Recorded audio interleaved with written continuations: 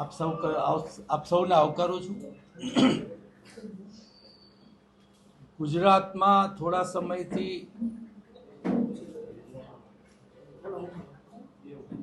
અદાણીની સરકાર એટલે કે સાહુકારોની સરકાર આ બીજેપી કામ કરી રહી હોય તેવું લાગે છે।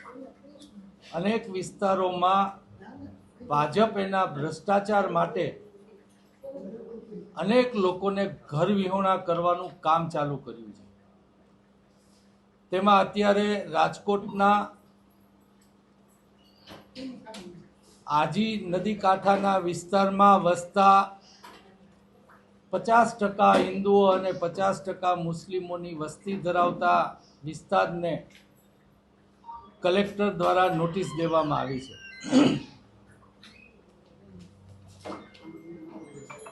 ગુજરાતના લોકોએ સમજવાની જરૂર છે, ચાહે એ ગરીબ હોય, મધ્યમ વર્ગના હોય કે સુખી સંપન્ન હોય। બીજેપીના ભ્રષ્ટાચારમાં તમારું મકાન કે તમારું ફેક્ટરી કે તમારી ઓફિસ કે જે કાંઈ નડતું હશે એ ચાહે દસ્તાવેજવાળું હોય તો પણ પીપીપી યોજના દ્વારા અનેક લોકોના દસ્તાવેજના મકાન હોવા છતાં અનિચ્છાએ ખાલી કરાવી અને ભાજપે તેના ભ્રષ્ટાચાર માટે લોકોને પરેશાન કર્યા છે, સૌ જાણે છે। ત્યારે ગુજરાતની પ્રજા જાગૃત થાય। ગરીબ માણસ છે એ રાજકોટ શહેરમાં કે કોઈ પણ શહેરમાં જાય ત્યાં મજૂરી કરે છે। એ શહેરના વિકાસનું એટલે કે એનું ચણતરથી લઈ બીજી ત્રીજી મજૂરી આ છે તે છે બધું જ ગરીબ માણસ દ્વારા નિર્માણ થતું હોય છે। એના વગર શહેરનો વિકાસ શક્ય નથી હોતો। તે લોકો એમની રોજી રોટી એટલે કે 2 સમયનું ખાવા માટે શહેરમાં આવે અને ત્યાં 30-40 વર્ષથી રહી અને શહેરના વિકાસના ભાગીદાર બન્યા હોય એ લોકોને આજે 40-50 વર્ષે એની 25 વાર જમીન જે એક સામાન્ય માણસનો આ દેશના માલિક તરીકે કમસે કમ અધિકાર ગણવો જોઈએ તેને પણ કાઢી અને એને ઘર વિહોણા કરી અને એની રોજગારી એટલે કે એ લોકોનું 2 સમયનું ખાવાનું જેના ઉપર આધારિત હોય છે એ પણ છીનવવામાં ભાજપ સરકારને શરમ નથી આવતી। લોકો મરે, ટીઆરપી કાંડ હોય, મોરબી હોય, સુરત હોય, બરોડા હોય, લોકો મરે એનો વાંધો નથી, લોકો ઘર વિહોણા થાય એનો વાંધો નથી, પણ ભાજપને એનો ભ્રષ્ટાચારને રૂકાવટ ન આવે, અદાણીઓ ઊભા થાય અને એના કમાવ દીકરા બને, આ માનસિકતા ધરાવતા ભાજપને યાદ અપાવવા માંગીએ છીએ કે આ ગુજરાત છે વેપારી માનસિકતા ધરાવતું આ ગુજરાત ગાંધીજીને અને સરદારને પણ જન્મ આપી શકે છે, ભાજપવાળાએ ન ભૂલવું જોઈએ। ત્યારે અમે એક મહારેલીનો શુક્રવારે તારીખ 26ના રોજ બપોરના 2 વાગે મહાદેવના નારા સાથે કૃષ્ણા ચોકમાંથી અમે આયોજન કરેલું છે। એ મહારેલી અમારે થોડા કિલોમીટર ચાલશે અને એક પ્રતિનિધિ મંડળ કલેક્ટરને અને પોલીસ કમિશનરને આવેદન દેવા જશે। આ તકે તંત્રને અને પોલીસને બંનેને વિનંતી કરવા માગું છું, ભાજપના કોઈ આગેવાન હોય કે કાર્યકર હોય એને પણ વિનંતી કરવા માગું છું, સિસ્ટમનો ભોગ આજે તમે કાલે બનશો, કાલે તમે નહીં બનો તો તમારી પેઢીના લોકો બનશે।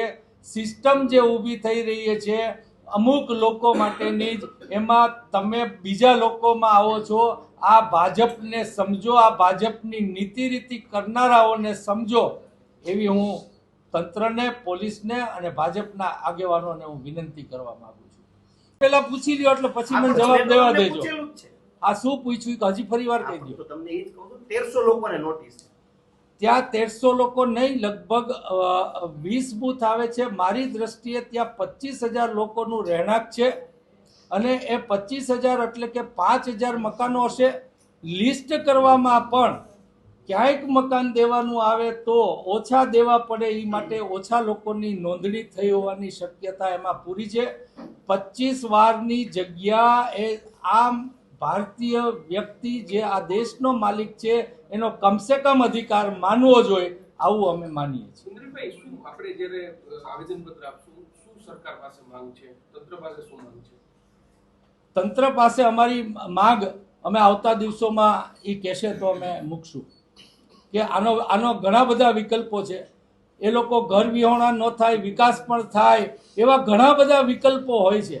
પરંતુ આ લોકોને એના ભ્રષ્ટાચાર માટે જ કામ કરવું હોય છે માટે અને પોલીસનો અને તંત્રનો દુરુપયોગ કરવો હોય છે.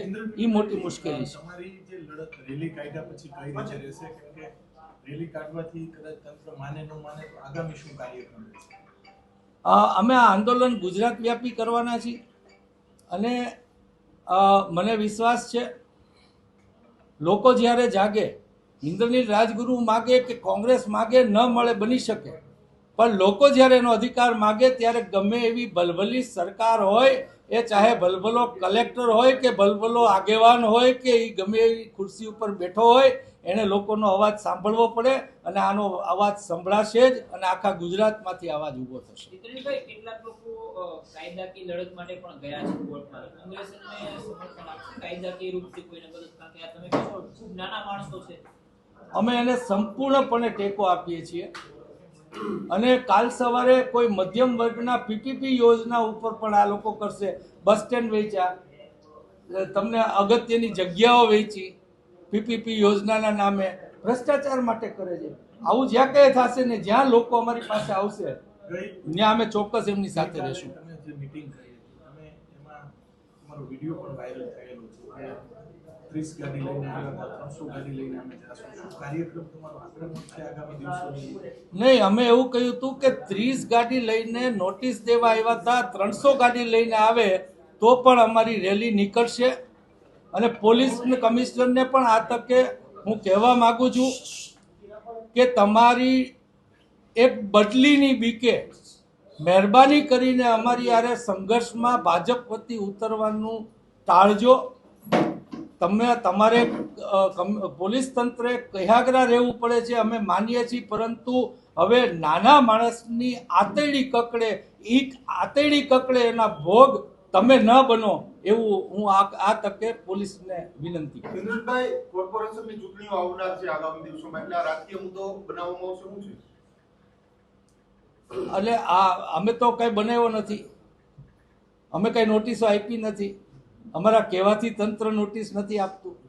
તો બની શકે કે ભાજપને હું માનું છું કે ચૂંટણી મુદ્દા કરતાં પણ એ લોકોને એના ભ્રષ્ટાચારમાં રસ છે. આંધળા થઈ અને લોકો મત આપે છે, એનો દુરુપયોગ હવે એ લોકોને મત માટે નહીં, એ તો ખોટા મત નખાવીને આંધળા લોકોના મત મેળવીને સરકાર બનાવે છે. એટલે ચૂંટણી મુદ્દા કરતાં પણ એ લોકોનો ભ્રષ્ટાચારનો આ મુદ્દો હોય એવું હું માનું છું. આ બધા અડચણરૂપ થઈ શકે? પહેલા તો તમે એક સરસ વાત કરી, એમાં જવાબ છે કે આ લોકો કે છે, તંત્રએ કીધું, એટલે તંત્ર, કોર્પોરેશન. એટલે એમાં જ જવાબ આવે છે કે એ લોકો સ્પષ્ટ નથી ત્યાં શું કરવું. અને વિકાસ કોને કહેવાય ભાઈ? વિકાસ સામાન્ય માણસને શાંતિથી રહી શકે એને વિકાસ કહેવાય. વિકાસ એટલે રિવરફ્રન્ટ જ વિકાસ છે? ના, એ વિકાસ છે, પણ એ ફક્ત વિકાસ નથી. રિવરફ્રન્ટ બનવો જોઈએ, અમારી ના નથી. એણે જાહેરાત કરી કેટલા સ્ક્વેર ફીટમાં રિવરફ્રન્ટ બનશે, કેટલા સ્ક્વેર ફીટ વેચવામાં આવશે, આમાં એનો ભ્રષ્ટાચાર છે. રિવરફ્રન્ટ માટેની જગ્યા કાઢીને બાકીમાં એને ભ્રષ્ટાચાર કરવો હશે. એની ડિટેલ આપી વિકાસના નામે અને હિન્દુ અને મુસ્લિમના નામે ગુજરાતના લોકોને છેતરવાનું કામ એના ભ્રષ્ટાચાર માટે આ બીજેપી કરી રહી છે. ત્યારે આ વાતમાં લોકો ન આવે એવી હું લોકોને પણ વિનંતી કરું છું. આપ સૌને પણ ખ્યાલ છે, હરેક પત્રકાર બહુ નજીકથી આ તંત્રને અને આ વહીવટને જોતો હોય છે ત્યારે કે આ લગભગ બધા જ પગલાં એ લોકોના ભ્રષ્ટાચાર માટેના હોય છે. એના અમે નહીં, તમે પણ નજીકથી જોનાર સાક્ષીઓ છો. ત્યારે હું ગુજરાતના લોકોને વિનંતી કરીશ કે આ વિકાસ આ મુસ્લિમ આ હિન્દુ એના નામે જે રાજકારણ કરી અને સત્તા ઉપર પહોંચી અને ભ્રષ્ટ લોકોની જિંદગીની પણ દરકાર રાખ્યા વગર જે ભ્રષ્ટાચાર માટે ઊંધે કાન થાય છે, એ ભાજપની સરકાર અને એના કરતા હર્તાઓને ઓળખવાની જરૂર છે. સરકારી જગ્યા ઉપર દબાણ હોય તો દૂર થવું જોઈએ કે નહીં? આ સરકારી જમીન ઉપર દબાણ થાય ત્યારે કેમ રોક્યું નહીં? આજે પણ થાય છે, ત્યારે કેમ રોકતા નથી?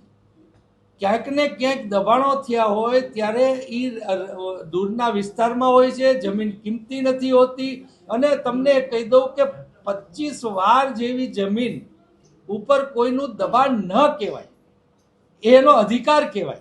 પણ એવા તો 1300 લોકોને નોટિસ છે ઇન્દ્રનીલભાઈ.